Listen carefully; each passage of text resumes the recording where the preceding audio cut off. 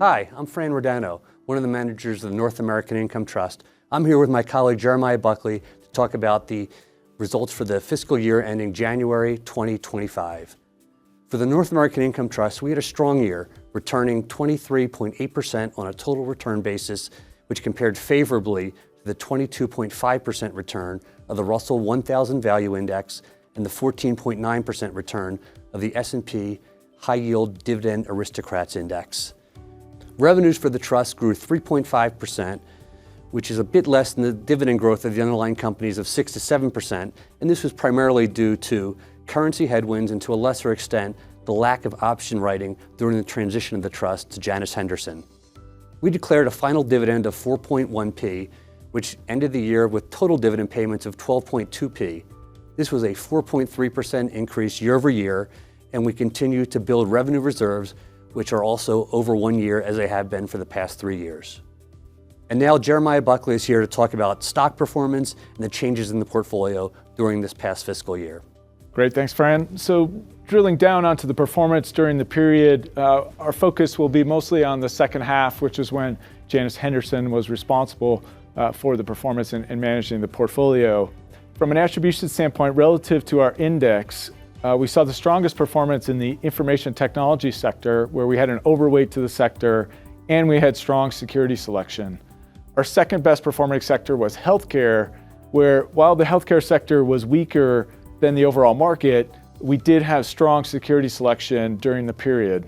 And the two sectors that were detrimental to our performance relative to the index were the industrial sector, where our security selection underperformed relative to the benchmark, as well as the real estate sector, where we were overweight, but the sector suffered relative to the benchmark because of sticky high interest rates. From a specific stock standpoint, one of our biggest contributors on the positive side was Broadcom, a semiconductor company, which is benefiting from demand for their ASICs products, or application-specific integrated circuits, where they're seeing significant demand from hyperscalers who are responsible for building out the infrastructure for AI. They've also done a really great job integrating the VMware software business and are starting to see an uptick in their analog semiconductor piece of the business. They grew the dividend 12% year over year. A second positive contributor was Morgan Stanley, which towards the end of the period saw substantial growth in their investment banking business as well as their trading businesses, as capital market trends were strong and optimism around 2025 started to build throughout the year.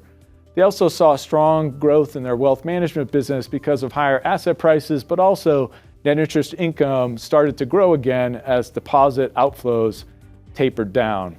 They also grew the dividend 9% year over year.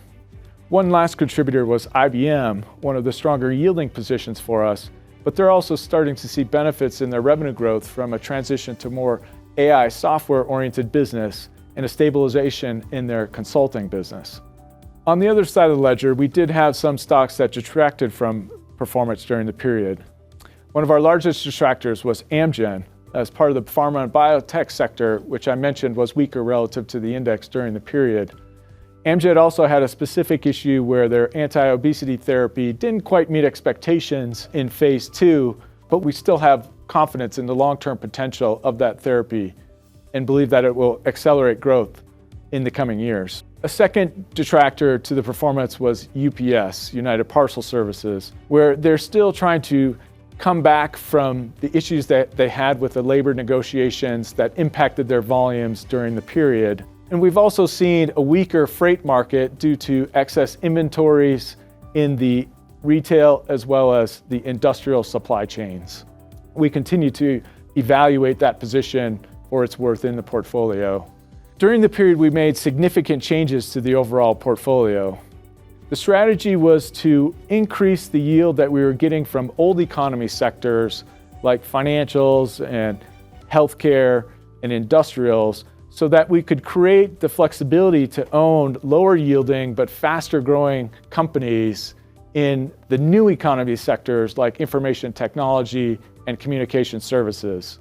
We did this with the intention of continuing to maintain the yield that we've historically had in the portfolio by using this barbell approach.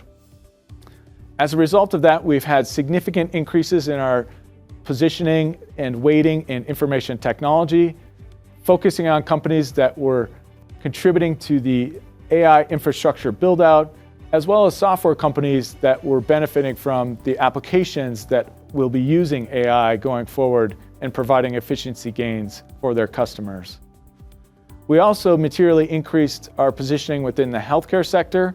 As I mentioned, not only did healthcare underperform during the previous period, but for the last couple of years. And so we're finding attractive dividend yields as well as valuations in the sector. And we believe that we're on the cusp of an innovation wave that will increase the revenue growth outlook going forward as well. On the other side of the ledger, we reduced positions and our weightings in sectors like financials, materials, as well as consumer staples, as we believe this barbell approach has a better overall yield and growth profile than some of the ideas that we had in those sectors. With that, I'll turn it back to Fran to cover our outlook going forward. Thanks, Jeremiah. It's been a very interesting period of time here as we've seen the macroeconomic volatility reach sort of an seemingly unprecedented period. We're trying to manage this portfolio. We're not chasing headlines, but we are willing to reposition the trust when we believe there's dislocations in the market and in stocks specifically. When we look at the underlying portfolio companies within the North American Income Trust, we continue to largely see strong fundamentals, and we also see the ability to not only grow cash flows, but to grow earnings. That said, we're also cognizant of valuations in this backdrop as well, given the higher interest rates and higher inflation. There's a wide range of outcomes going forward, and we continue to manage the trust with prudence, and we really look to build an all-weather portfolio that can resist these tough times and position us better, hopefully when we have better times ahead.